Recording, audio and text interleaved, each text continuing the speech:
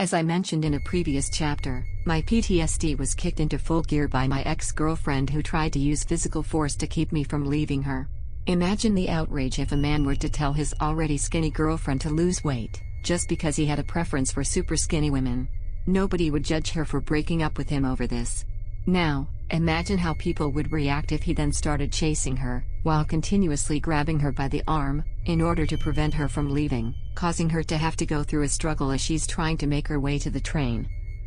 I discussed this hypothetical scenario with a friend of mine.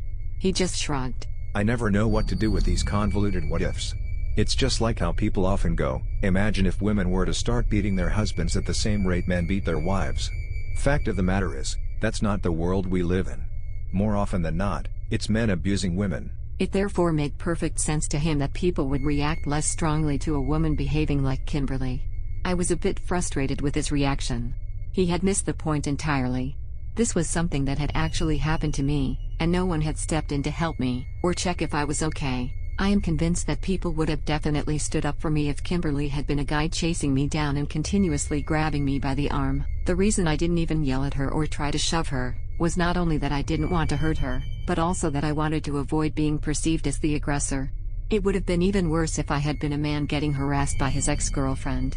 In primary school, I had a friend who was being abused at home. The mother abused her and her baby sister for years, verbally as well as physically, beating them viciously and even throwing them down the stairs. They'd often show up to school with bruises. The people around us always assumed it must have been the father beating them. They were wrong. He would never hit his children, and he was personally being abused by her as well. Studies show that male victims of sexual assault are far more likely to develop PTSD than their female counterparts. Some researchers mistakenly assumed that this is due to the fact men are more likely to be raped anally, since anal rape is generally more painful than vaginal rape. They were wrong. The real reason male survivors of sexual assault are more prone to develop PTSD is that they cannot process what has just happened to them. Their stories are not taken seriously. Male victims are often mocked, or they get told that they're lucky for receiving female sexual attention. This phenomenon is well documented and causes male victims a lot of distress, because they're unable to talk to anyone about what happened.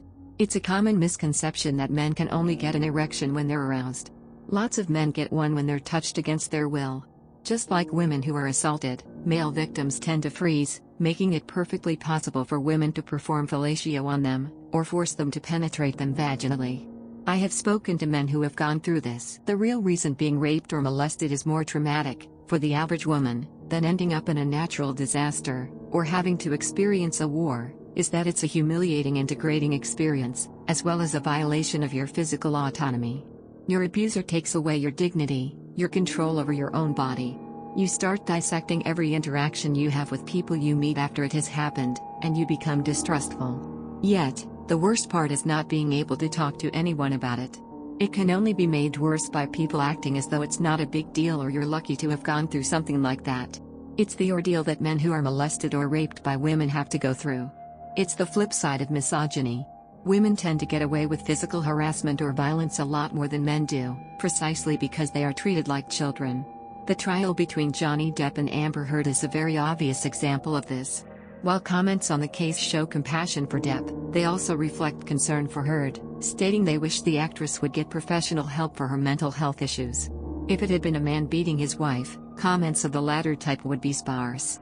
Of course, I am not claiming that Kimberly was physically abusive towards me. She didn't try to hurt me, she wasn't being aggressive, and she didn't cause me any physical harm. Nonetheless, she didn't respect my boundaries and she tried to use physical force to keep me from leaving. This cemented my fear of an intimate partner being strong enough to overpower me and force themselves onto me.